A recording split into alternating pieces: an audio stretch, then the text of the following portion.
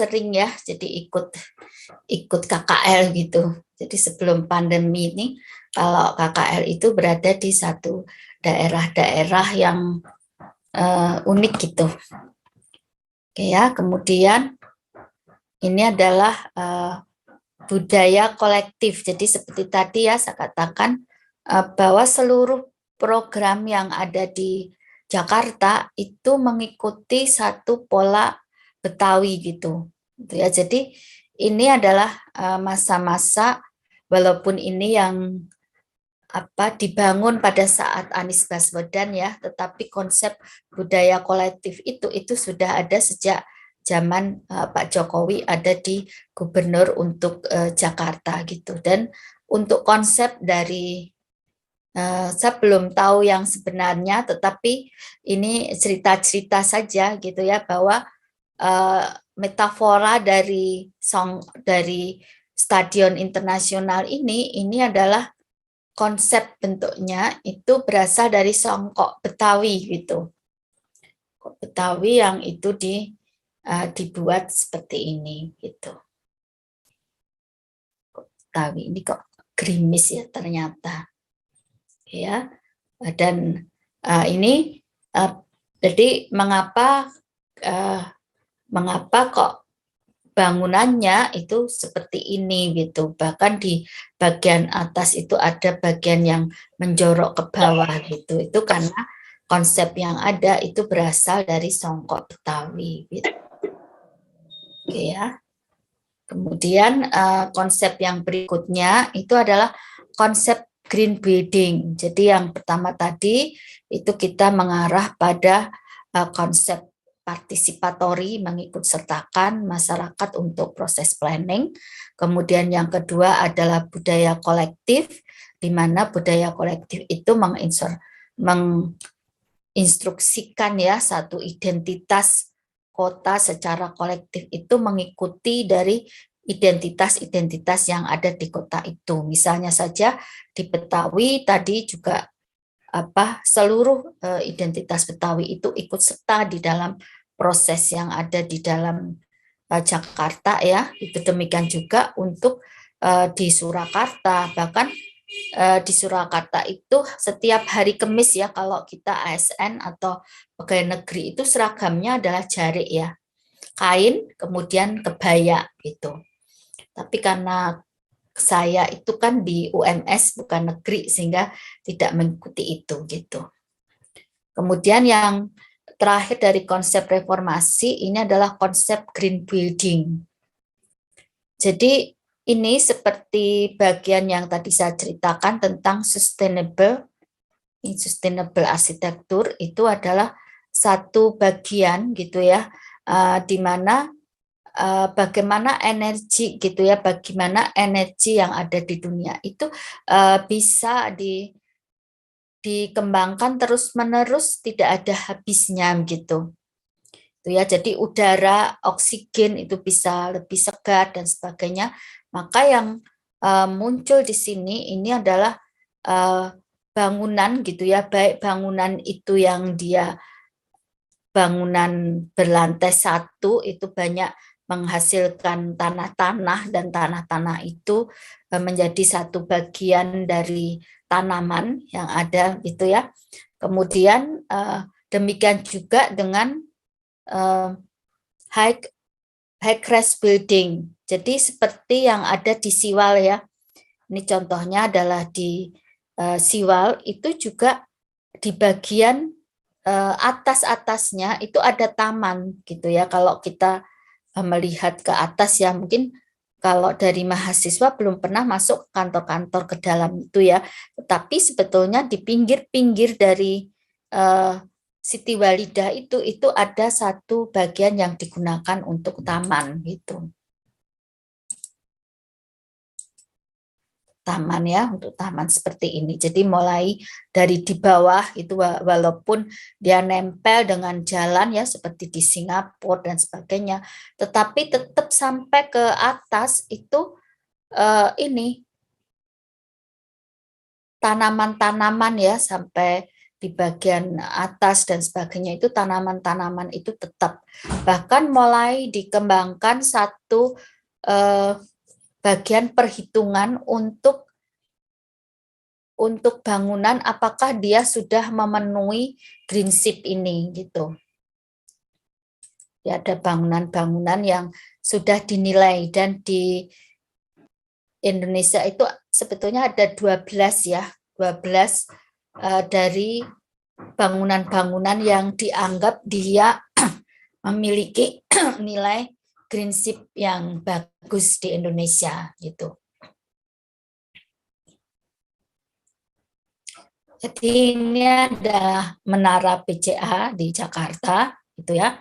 Dan juga jadi green-ship itu ada poin-poinnya gitu ya, poin-poinnya apa saja, kemudian itu dinilai gitu ya, kemudian ada patokannya. Jadi kalau saya kan di sejarahnya ya, kalau kalian nanti ikut kuliahnya Bu Yayi gitu ya untuk sustainable atau untuk arsitektur tropis, maka nanti kalian akan diajari untuk menghitung gitu ya bagaimana bangunan itu bisa dianggap sebagai bangunan dengan nilai green-ship. Jadi ini adalah menara PCA Jakarta. Jadi mulai ada bangunan-bangunan ya, bangunan-bangunan yang menggunakan konsep-konsep sustainable ini. Jadi seperti ini ada menara PCA Jakarta, kemudian Sequest Center gitu ya. Kemudian ada Sampurna Study Square, terus ada Kementerian Pekerjaan Umum nih ya. Kalau di Surakarta itu yang dinilai bagus itu Bank Indonesia yang baru itu untuk apa greennya bagus, dan green itu misalnya ya penggunaan lampu LED. Mengapa LED itu menjadi satu bagian yang bagus? Karena LED itu irit ya. Saya misalnya pakai lampu itu bisa dipakai dalam jangka waktu 1 tahun. Kalau seandainya memang kita beli di awal itu mahal ya. Kalau lampu-lampu biasa mungkin hanya di bawah 10.000, tapi kalau LED itu bisa 50 ke atas gitu. Tetapi lampu itu awet gitu ya. Jadi awet, dan dia misalnya 10 watt itu bisa terang sekali gitu. Karena memang dia hemat energi gitu. Dan kemudian juga LED itu punya garansi 1 tahun. Kalau kurang dari 1 tahun dia sudah mati, kita bisa minta ganti, karena setiap kita beli untuk LED itu maka ditulis di bawahnya itu kapan pembeliannya. Jadi kalau misalnya kurang dari 1 tahun itu tokonya itu mau mengganti itu ya. Misalnya penggunaan LED, kemudian ada penggunaan jendela ya, jendela untuk pencahayaan alami, penghawaan alami. Terus apalagi ya, jadi kemarin itu kebetulan ada yang melakukan penelitian gitu. Dan ke rumah saya waktu itu gitu ya. Di situ ada banyak sekali pertanyaan, tapi saya lupa tidak mencatat ya itu. Dan ada banyak sekali yang saya nggak paham juga banyak gitu, karena memang ini adalah satu pembelajaran yang baru bagi kita semuanya gitu. Kemudian ada lagi yang menggunakan ini kaca yang dia hemat energi. Kaca hemat energi itu ada juga ya. Kemudian ada AC.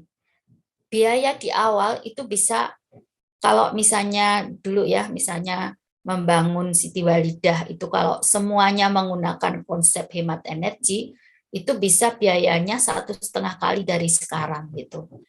Akhirnya waktu itu downgrade, kemudian dipakai, ada beberapa yang sudah menggunakan hemat energi, ada yang belum gitu. Tetapi kalau mungkin itu dinilai gitu ya, dinilai untuk siwal, mungkin siwal belum dinilai ya, tapi kalau sudah dinilai kemungkinan juga agak tinggi untuk nilainya.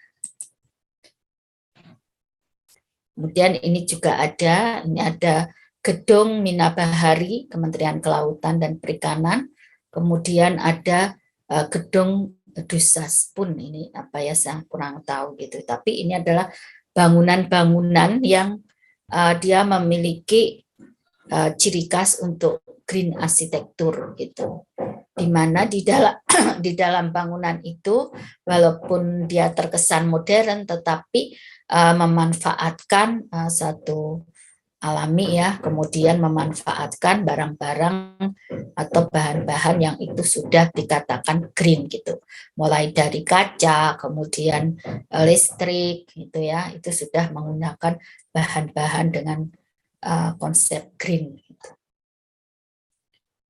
Oke ya, sampai di sini saya kira kita sudah menyelesaikan gitu ya, menyelesaikan beberapa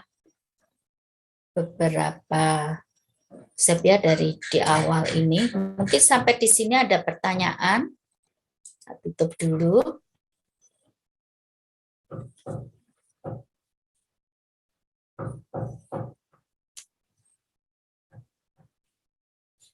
Ada pertanyaan?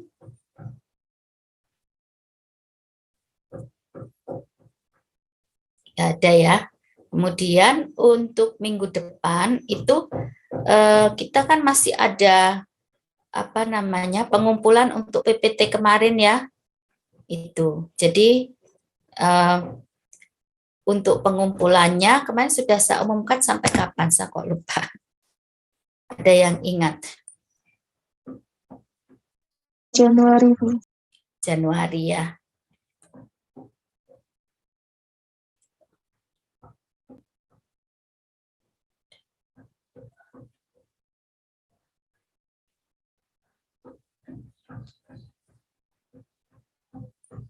Bentar, kita lihat pengumpulannya ya. Januari kan sudah, besok kan sudah Januari ya. Ini sejarah, coba saya lihat.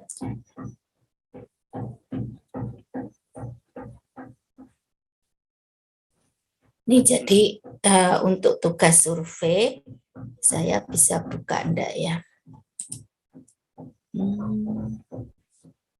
Enggak ada. Saya buka dulu.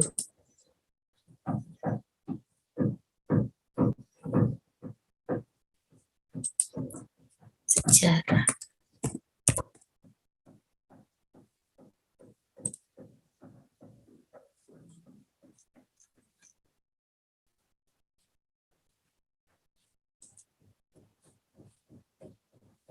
Oh, besok ya.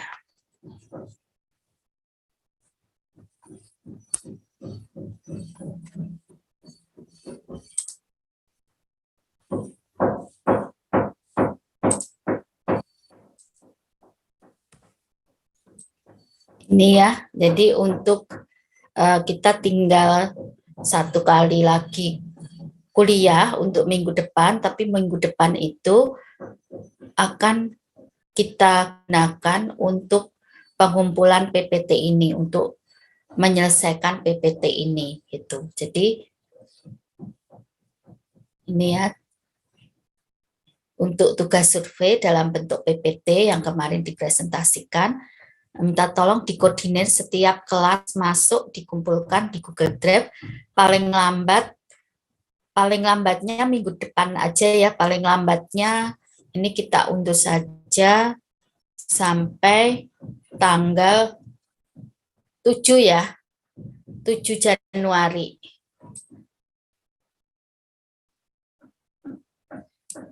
Ini 7 Januari, kemudian nanti untuk presensinya itu akan saya ambil dari kelompok yang sudah mengumpulkan ini gitu untuk presensinya. Jadi minggu depan itu sudah tidak ada kuliah lagi, tetapi tinggal mengumpulkan PPT ini gitu. Ada pertanyaan?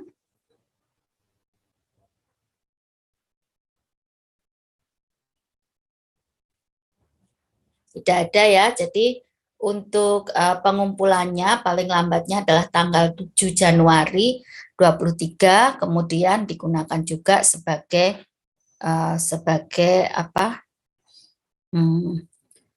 presensi. Kemudian untuk UASnya itu nanti mulai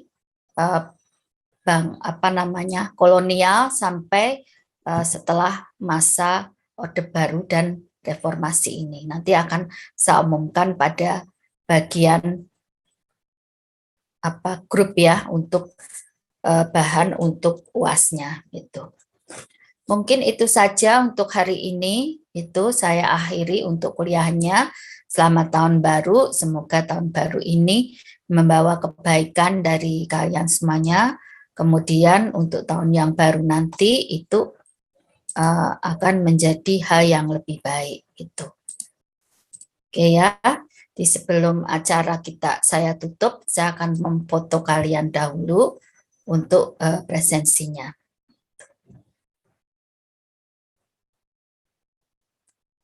Oke. Foto ya, 1, 2, 3, 3 kali nantinya.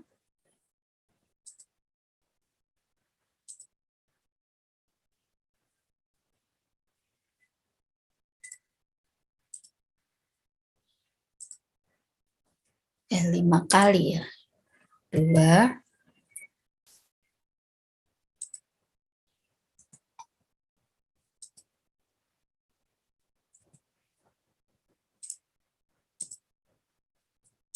Tiga, 5 kali ya nanti.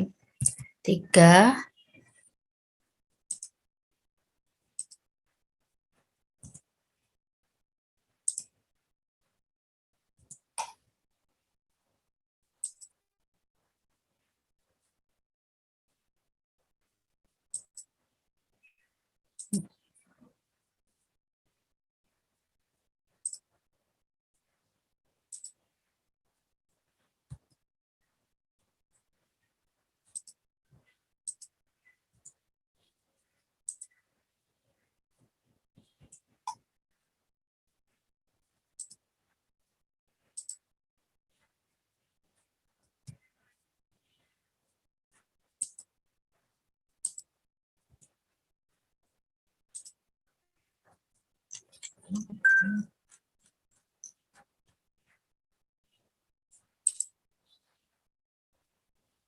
Saya kira cukup ya untuk hari ini kuliah saya akhiri. Assalamualaikum warahmatullahi wabarakatuh.